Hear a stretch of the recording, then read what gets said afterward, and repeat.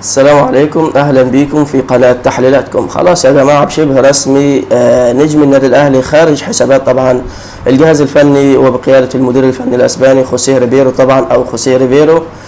فبنسبة كبيرة خلاص اللاعب ده خارج حسابات النادي الاهلي، حتى في بطولة كأس العالم للأندية مش هيكون له دور مع النادي الاهلي، وبالتالي هيتم رحيله طبعا بنهاية عقده مع النادي الاهلي يوم 15 يوليو، يعني الشهر اللي جاي على طول هيتم توجيه الشكر ليه طبعا عن الفترة اللي قضاها مع النادي الاهلي. بالتحديد هنتكلم طبعا عن اللاعب الدولي المغربي يحيى عطية الله، الظهير الايسر للنادي الاهلي. طبعا خلاص مصادر مطلعة ومصادر مقربة من صاحبي القرار طبعا في النادي الاهلي ولجنة التخطيط اكدوا طبعا رسميا ان الجهاز الفني الاسباني طبعا المدير الفني الاسباني ريفيرو خلاص بنسبة 100% لا يعتمد على طبعا يحيى عطية الله في المباريات المقبلة، سواء في مباريات كأس العالم أو ما بعد مباريات كأس العالم يعني الموسم الجديد، أو حتى مباراة السوبر المصري.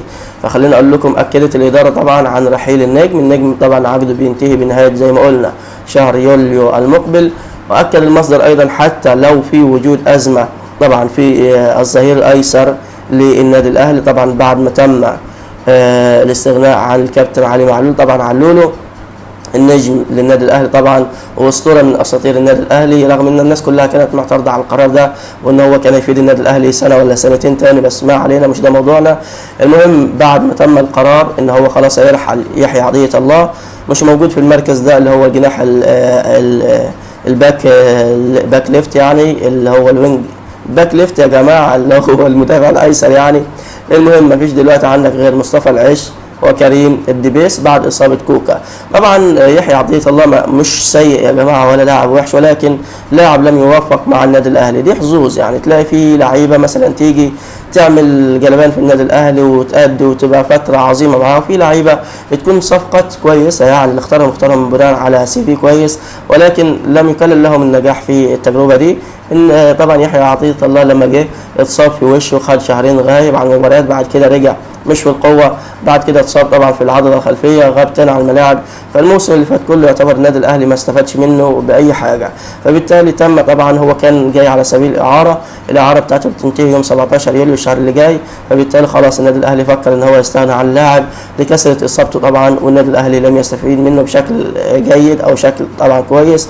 فبالتالي النادي الاهلي في حال رحيله ورحيل من قبله طبعا من قبله علي معلول، بالتالي دلوقتي ما عندكش غير احمد نبيل كوكا وايضا كريم الدبيس ومصطفى العش، وان كان بعض اللعيبه يعني مش مركز اساسي ليهم اللي يلعبوا اللي هم باك ليفت او ظهير ايسر، يعني في لعيبه اصلا مركزها الاساسي في نص الملعب او في قلب الدفاع زي مصطفى العش، ولكن هنلعبوه بحد يعني قدر الامكان يعني لان ده المتاح حاليا.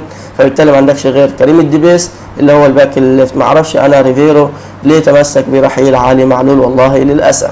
ده يا جماعه بخصوص طبعا نجم النادي الاهلي خارج النادي الاهلي طبعا الموسم اللي جاي، وبالتحديد اصلا بعد بطوله كاس العالم للانديه هيتم توجيه الشكر رسميا ليه على الفتره اللي مضاها مع النادي الاهلي. ما تنسوش الاشتراك في القناه وتفعيل الجرس على اشعارات الكل علشان يوصلكم كل جديد. كان معكم قناه تحليلاتكم، سلام عليكم.